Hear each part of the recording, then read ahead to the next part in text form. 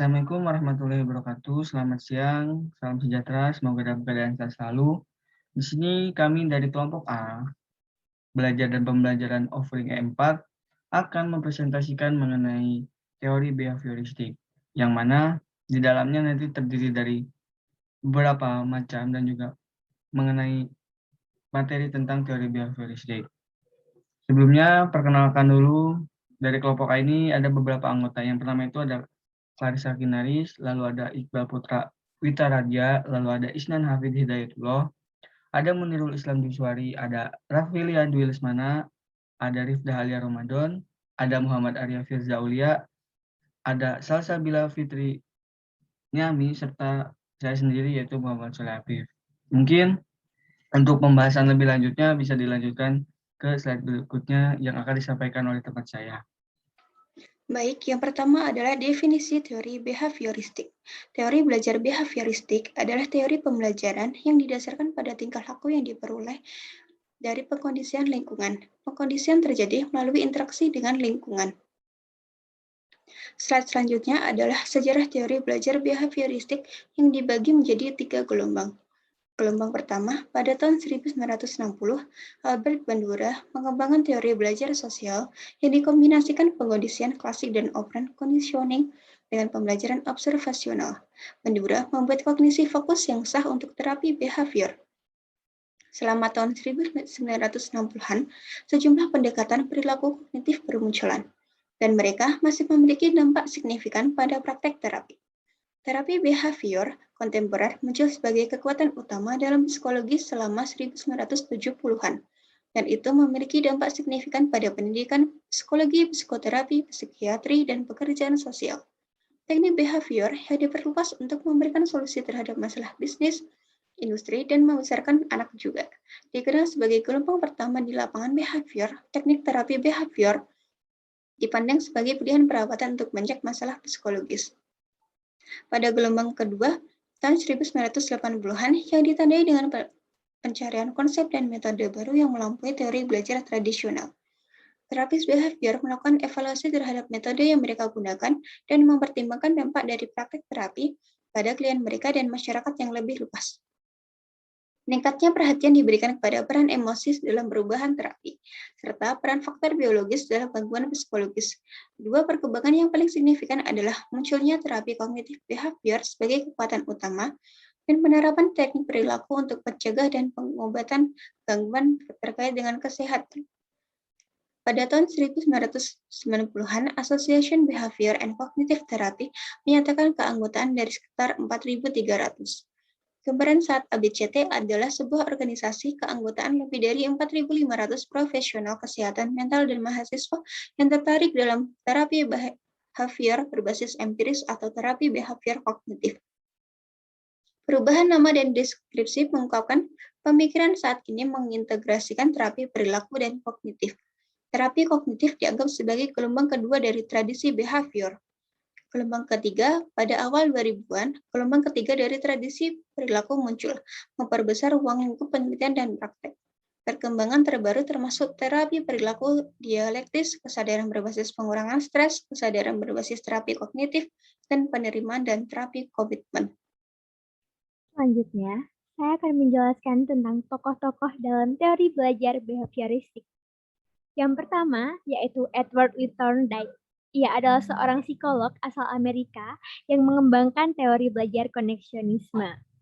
Teori belajar koneksionisme berpendapat bahwa belajar terjadi karena dibentuknya hubungan yang kuat antara stimulus dan respons melalui percobaan-percobaan atau trials dan kegagalan-kegagalan terlebih dahulu. Thorndike juga berpendapat bahwa terdapat 3 hukum pokok dalam proses pembelajaran manusia. Yang pertama yaitu law of readiness, yang kedua law of effect, dan yang ketiga law of exercise. Selanjutnya adalah Ivan Petrovich Pavlov.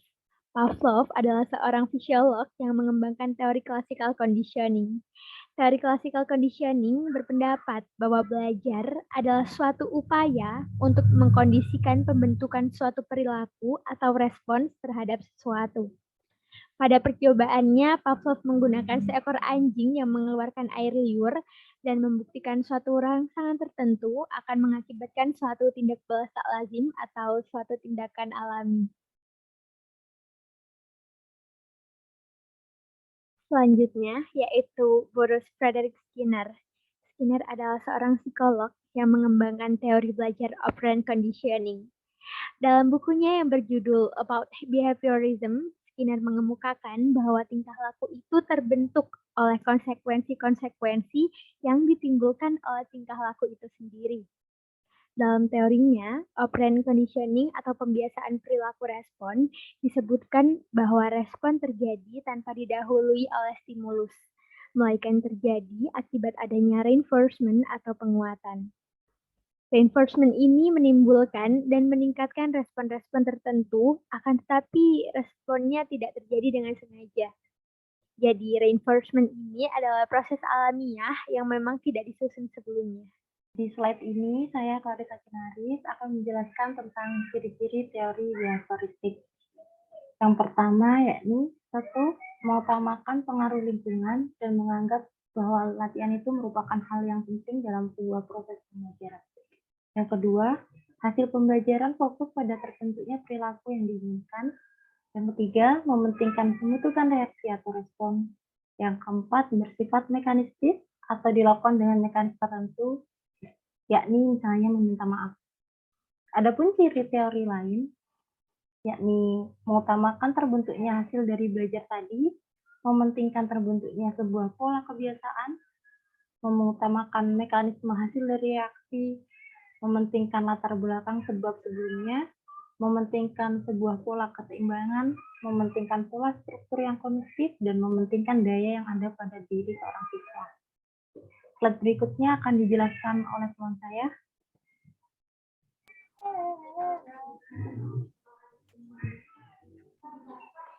Baik, selanjutnya saya Salsabil Fitri Niami akan menjelaskan tentang prinsip-prinsip teori belajar behavioristik. Menurut Mukinan, prinsip teori belajar behavioristik adalah di antaranya yang pertama, apabila seseorang sudah mampu menunjukkan perubahan perilaku, maka dikatakan sudah belajar. Artinya, kegiatan belajar yang tidak membawa perubahan perilaku, maka tidak dianggap belajar menurut teori ini. Yang kedua adalah, hal yang paling penting pada teori belajar behavioristik merupakan stimulus dan respon karena bisa diamati. Hal-hal selain stimulus dan respon tidak dianggap penting karena tidak bisa diamati. Yang ketiga yaitu adanya penguatan atau reinforcement, yaitu hal-hal yang bisa memperkuat respon. Penguat ini bisa berupa penguatan positif maupun penguatan negatif. Selanjutnya yaitu tentang hukum-hukum pokok teori belajar behavioristik. Yang pertama adalah hukum kesiapan. Hukum kesiapan berarti bahwa kegiatan pembelajaran akan memberikan hasil yang diinginkan jika ada kesiapan, baik kesiapan oleh pendidik maupun peserta didik. Yang kedua adalah hukum latihan. Hukum latihan memiliki arti bahwa semakin banyak latihan, maka semakin besar pula peluang untuk berhasil. Artinya, kegiatan pembelajaran akan berhasil jika peserta didik dibiasakan untuk latihan secara kontinu dan terukur. Selanjutnya yaitu hukum efek.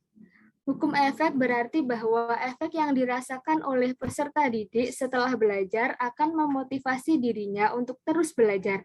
Contohnya, seseorang peserta didik mendapatkan hadiah berupa buku paket matematika karena berhasil mendapatkan nilai sempurna di ujian matematika. Efek yang dirasakan adalah bangga dan bahagia. Efek itu diharapkan bisa memotivasi peserta didik tersebut untuk terus belajar. Yang keempat yaitu hukum sikap.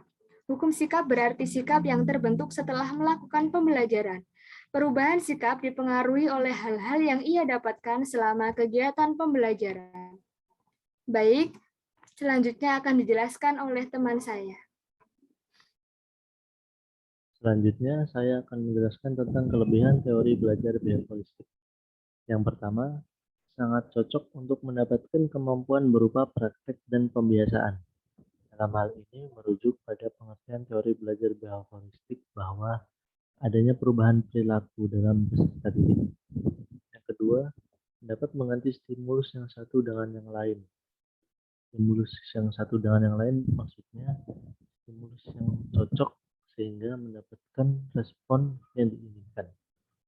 Yang ketiga, dapat mengoptimalkan sebuah bakat dan kecerdasan melalui pengulangan dan pelatihan yang berkesinambungan. Lalu, ada kelemahan dari teori belajar behavioristik. Yang pertama, mengarahkan peserta didik untuk berpikir secara linear dan konvergen, yang dimana dalam cara berpikir ini dapat membuat peserta didik menjadi tidak kreatif, tidak produktif, dan tidak dapat berkembang. Yang kedua, penggunaan hukuman yang dianggap sebagai metode paling efektif dalam mendisiplinkan peserta didik. Padahal hukuman adalah hal yang sangat ditentang oleh pencetus teori belajar behavioristik karena dapat menimbulkan ketakutan pada peserta didik. Lalu, pembelajarannya yang berpusat pada guru mengakibatkan inisiatif siswa atau cara pandangnya serta motivasinya sangat dipengaruhi oleh guru. Dalam hal ini, jika seorang guru memberikan motivasi yang jelek atau negatif, maka cara pandang serta berperilaku siswa ini akan mengikuti motivasinya, yaitu menjadi jelek juga. Oke, baik. Pada slide selanjutnya yaitu mengenai implikasi teori behavioristik, di mana implikasi dalam kegiatan pembelajaran ini tergantung dari tujuan pembelajarannya, sifat materi pelajaran, karakteristik siswa, media, dan fasilitas pembelajaran yang tersedia. Di mana tujuan dari pembelajaran menurut teori behavioristik sendiri itu lebih ditekankan pada keberhasilan dalam menambah pengetahuan, serta peserta didik harus menunjukkan ketercapaian hasil belajar dalam bentuk menyusun laporan, kuis, ataupun tes. Serta dari sifat materi pelajaran juga harus disesuaikan sesuai dengan kebutuhannya, yaitu dengan para guru harus bisa membuat suatu kuis ataupun juga laporan ataupun tes. Serta karakteristik siswa, di mana setiap guru itu harus mengetahui karakteristik siswa dari masing-masingnya, entah itu dari cara dia mengumpulkan tugas ataupun hal yang lainnya. Media serta fasilitas pembelajaran yang tersedia, di mana fasilitas pembelajaran yang tersedia itu juga sangat mempengaruhi dari implikasinya. Jadi, semisal kelasnya yang digunakan ataupun fasilitas pembelajaran yang digunakan itu tidak memadai, maka implikasi dalam kegiatan pembelajarannya pun tidak akan tercapai begitu. Yang mana pembelajaran yang dirancang dan juga berpihak pada teori behavioristik itu memandang bahwa pengetahuan itu merupakan suatu objek yang pasti, tetap, dan juga tidak berubah. Yang mana pengetahuan yang telah terstruktur dengan rapi sehingga belajar merupakan perolehan pengetahuan, sedangkan mengajar itu merupakan pemindahan pengetahuan ataupun transfer of knowledge ke orang yang belajar ataupun pembelajar. Nah, begitu. Mungkin ini selanjutnya mengenai implikasinya itu kalau di pendidikan itu ada mengenai 3, yaitu asumsi, implikasi, dan juga contohnya, di mana asumsinya itu dari pengaruh lingkungan. Nah, di sini implikasinya yaitu mengembangkan lingkungan kelas yang memelihara perilaku yang diinginkan.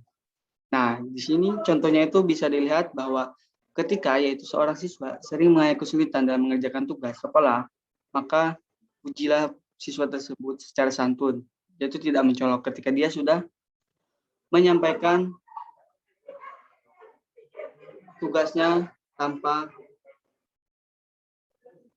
peringatan. Jadi, misal gini, dia seorang siswa itu sulit dalam mengerjakan tugasnya. Jadi kalian itu atau enggak kita sebagai guru itu harus memberikan ujian lah kepada dia dengan cara ayo bisa begitu.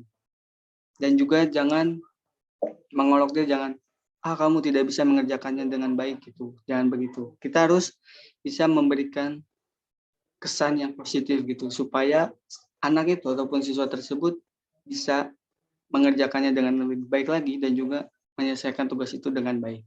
Oke, mungkin bisa dilanjut ke slide selanjutnya yang akan disampaikan oleh teman saya. Penerapan dalam kelas. Menurut Elliot, percaya bahwa sekolah seharusnya pertama menelusuri penguat-penguat positif yang mereka buang, seperti karangan, lukisan, teka-teki silang, dan aktivitas yang disenangi siswa. Kedua, tahapan berikutnya adalah menjadikan mereka menggunakan kemungkinan tersebut untuk perilaku yang mereka inginkan. Salah satu caranya yaitu dengan mengkombinasikan hal tersebut di atas melalui penggunaan mesin dalam pengajaran, seperti testing mesin ataupun komputer.